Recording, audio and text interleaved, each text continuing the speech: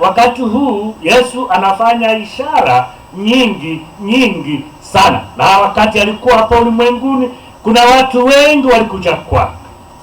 Wengine akaponya na vilema, akaponya magonjwa mbalimbali, hata magonjwa ya kupooza, hata magonjwa ya kila aina. Yesu Kristo aliyaweza kuyaondoa yote. Na sasa hivi aliona ya kwamba kazi imefanyika vyema sana. Basi hao watu ambao walikuwa wanautumia, basi wale wote ambao walikuwa wanafanyia kazi walipotoka, akasema kwamba sasa mwana wa Adamu atukuzwe. Bwana Yesu asifiwe. Amen. Anasema ya kwamba mwana wa Adamu atukuzwe, naye Mungu atukuzwe ndani yake. Bwana Yesu asifiwe.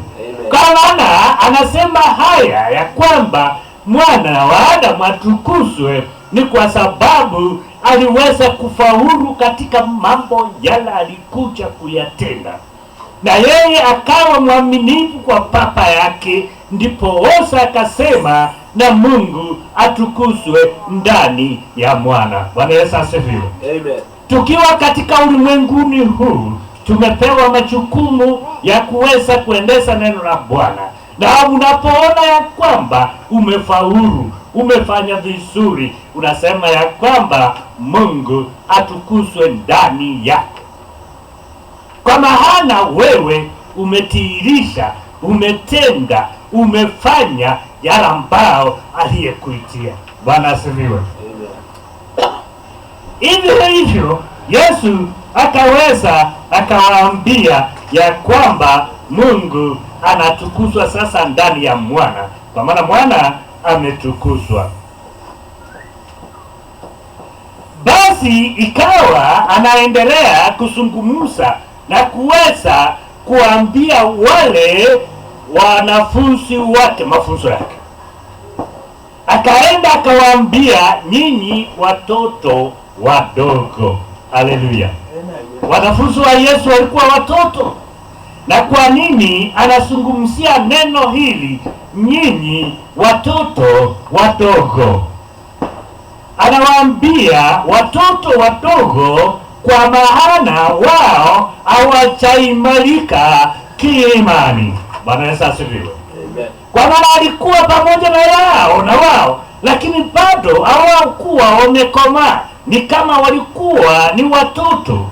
Ndipo Osa akawaambia, nyinyi watoto wadogo, bado kitambo kidogo mtaniona niko pamoja na nyinyi na mtanitafuta, msini fuate, ama mahali naenda nyinyi hamwezi kuenda huko. Na wao wakaweza wakashangaa ya kwamba Yesu anasema bado kitambo kidogo niko pamoja nanyi, na nyinyi mtaniona baada ya kitambo kingine kidogo, lakini mahali naenda nyinyi hamwezi enda huko, lakini baadaye mtakuja muende hapo, kwa maana nitakuja kuwachukua muende. Lakini wale Wafarisayo, wale wanafunzi hawakuweza kuridhika na jambo hili, hawakuweza kuridhika, kwa maana Yesu alikuwa anajua muda wake uko karibu, aende pale Yerusalemu kusurupishwa, na akisha surupishwa watamshika, waweze kumshika yeye, atafufuka siku ya tatu, na hapo atasema ya kwamba nimefaulu, nimeweza yote, nimemaliza mambo yote ambayo nilikuja hapa ulimwenguni kutenda.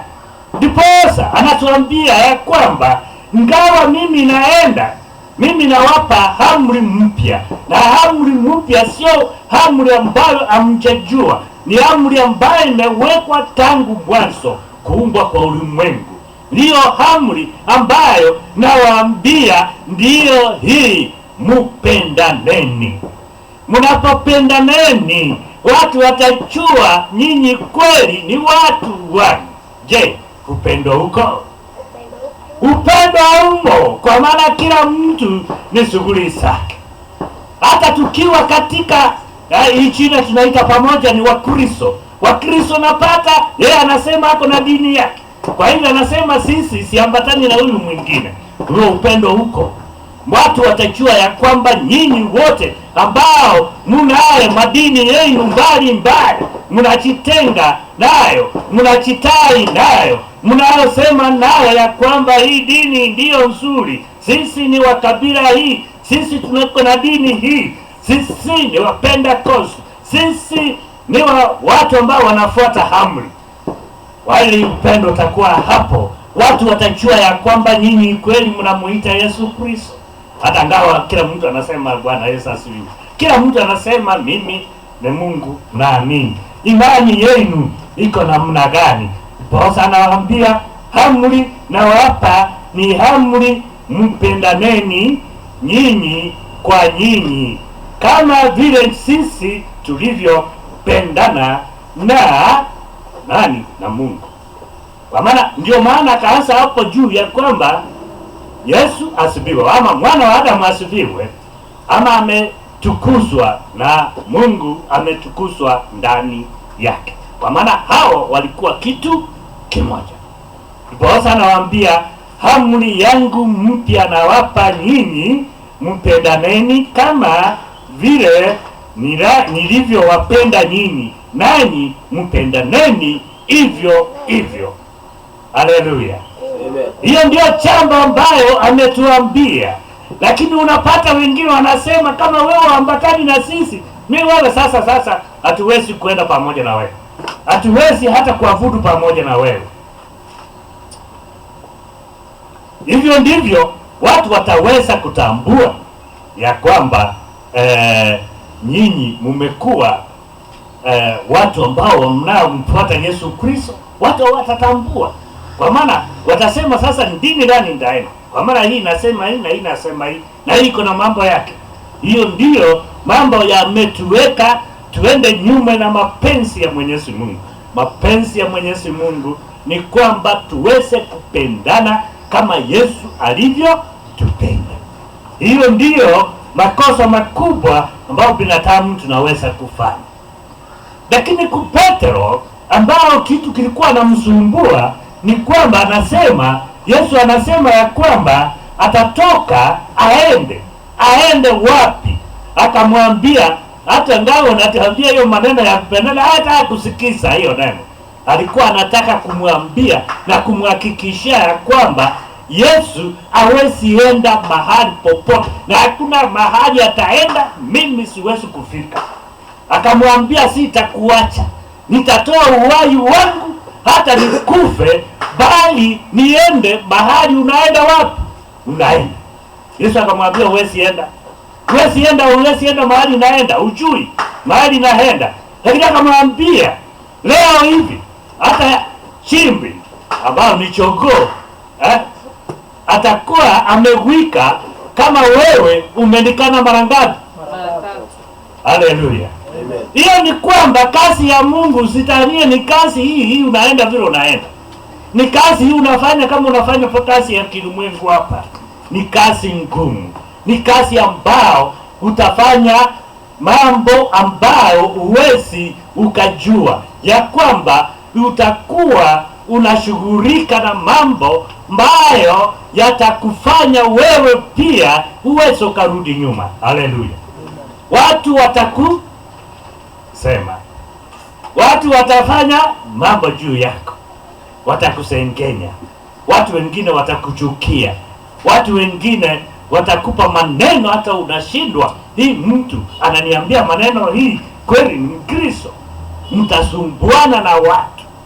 Lakini mwishowe ukisimama kwa Yesu Kristo, ukisimama ndani ya Kristo, utashinda majaribu ya Ibilisi. Ibilisi atakuletea magonjwa, Ibilisi atakuletea mambo magumu, Ibilisi atakuletea kupitana na watu. Hiyo ndio mambo ambayo tutapita naye. Bwana Yesu anasema ya kwamba naomba ya kwamba Bwana uweze kuwakinga na muovu. Lakini sio kwamba naomba ya kwamba watoe katika ulimwenguni huu, bali katika majaribio hayo waweze wakawa washindi ndani yake. Bwana Yesu asifiwe. Yaani tunapokaa katika ulimwenguni huu kuna majalio mengi. Kwa maana Petero yeye alipomkana Yesu Kristo alichukuliwa mahakamani. Alikuwa sasa aende kuhukumiwa. Na yeye alipoona ya kwamba ameingishwa ndani ya mahakama, sasa akaona hukume mtu au kuwa na nguvu. Huyu mtu tena ameshikwa, ameingia pale, ameweshwa na watu, na yeye anatuambia ni Mungu. Basi Petro alipoulizwa, kuna kamsichana kamoja kalikuja hapo. Kwa maana Petro alienda akaona mahali wameweka hii moto. Wameweka moto hapo, na yeye akakaa pale ili aweze, kwa maana paliti ilikuwa imemuua. Kwa maana Yesu alishikwa usiku. Petro sasa akaenda akakaa akafikiri ajulikani. Sasa kamsichana kingine kakakaa kuja. Akamwambia, "Hata hii mtu alikuwa na Yesu. Kwa mleta bado hii." Yesu Petro akasema, "Hapana, unanitani sio mimi. Mimi sikuwa na yeye. Niko na yeye." Unaona?